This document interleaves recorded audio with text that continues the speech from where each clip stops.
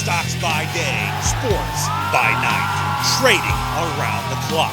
Sports, value, life. Nolan Klein. It's Elite Code.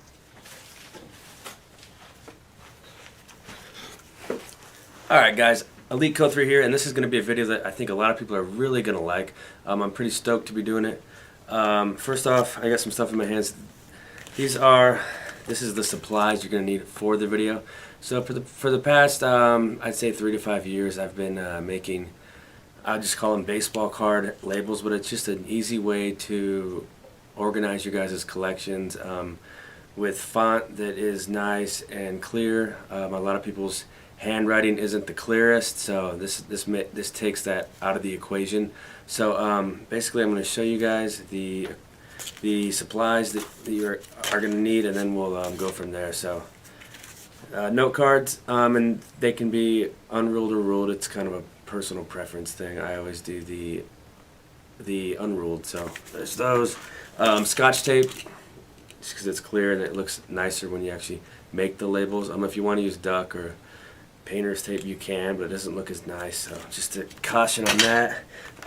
A top loader, which is actually optional for this, and you'll see at the end of the video why, but top loaders can be used, and then scissors, which coincides or goes hand in hand with the top loader. So, and then lastly, probably the most important thing, they don't have to be this specific brand, but these are the Avery 8160s, and they're basically address labels, you know, like for invitations, birthday parties, but I always use them for my cards. So the Avery 8160s, you get 30 per page. I'll show you guys real quick. And then the two programs that you're going to need are Microsoft Office and Excel. So we will take it from there, guys. Thanks.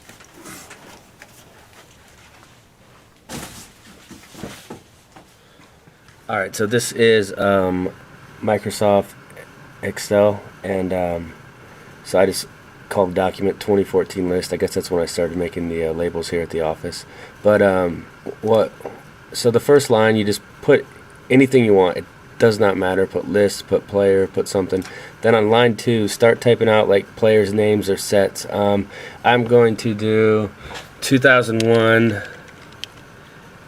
sets, because I'm going to make some Michael Vick labels for his 2001 rookies for my PSA and Beckett graded cards. So I'm just going to type out some of the sets I can think of off the top of my head, and you can fit 30 per sheet, so you could go to line 31, but I'm not going to go all the way on this one, so I'll just think of some sets here. For your showcase, I already did Elite Upper Deck, UD graded, playoff contenders, just basic tops.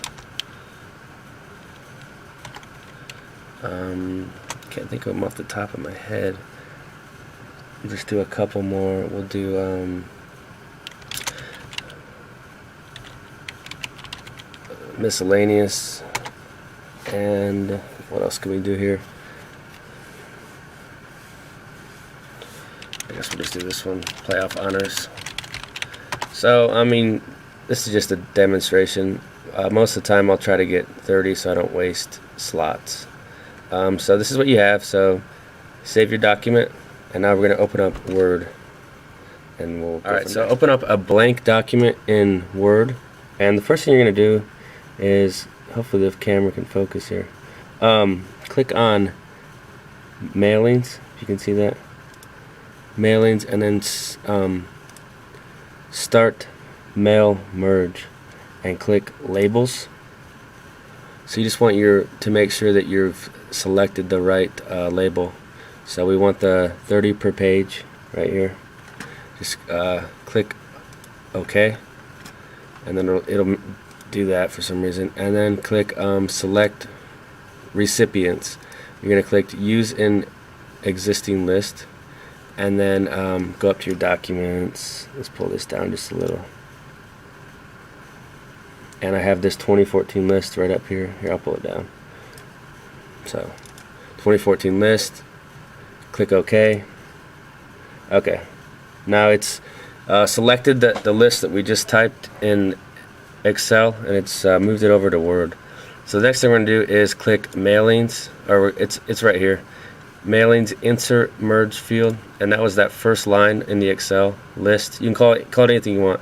Click List, and then click Update Labels. Preview the results, and you kind of see we have what we typed out, and they're spaced out correctly, but they don't look very nice. So let's just try this. Click off the preview, click Home, highlight just this first one. That's the only one you have to highlight, and it'll autocorrect all the rest of them. So let's get some better font. Let's just go with Times New Roman. Let's put the font bigger. Let's bold it. Let's center it. And now let's try it. Update labels, preview the results. So that looks a lot better. They're bigger, bolder. I always hit enter once because it seems to center each label better on each little slot. So now that you've got all your ready to print now, so you need to put your 30 per page label into your printer and click print. So I'm going to shut off the camera and print. Alright, now we have our labels. They look nice. That's like a little error by my printer, those dots right there, so don't mind that. But they're centered on these slabs, and not really slabs, but on each little, I don't know, slot, I guess. So now I'm going to show you how to make them, which is pretty self-explanatory. And these work great. They're sturdy. They really organize your cards well. So for raw cards, I usually just use one of these note cards, and then I just put this right on the middle. It just looks nice. I don't like my handwriting. It's not. I mean, it's not terrible, but it's not as nice as this. So, and then for graded cards, I always take two, and I'll just bend one in half like this. Then I'll kind of put this ridge right here, right in the center. So you've got like 1.5 cards basically. And just tape both sides. And I'll just grab one. And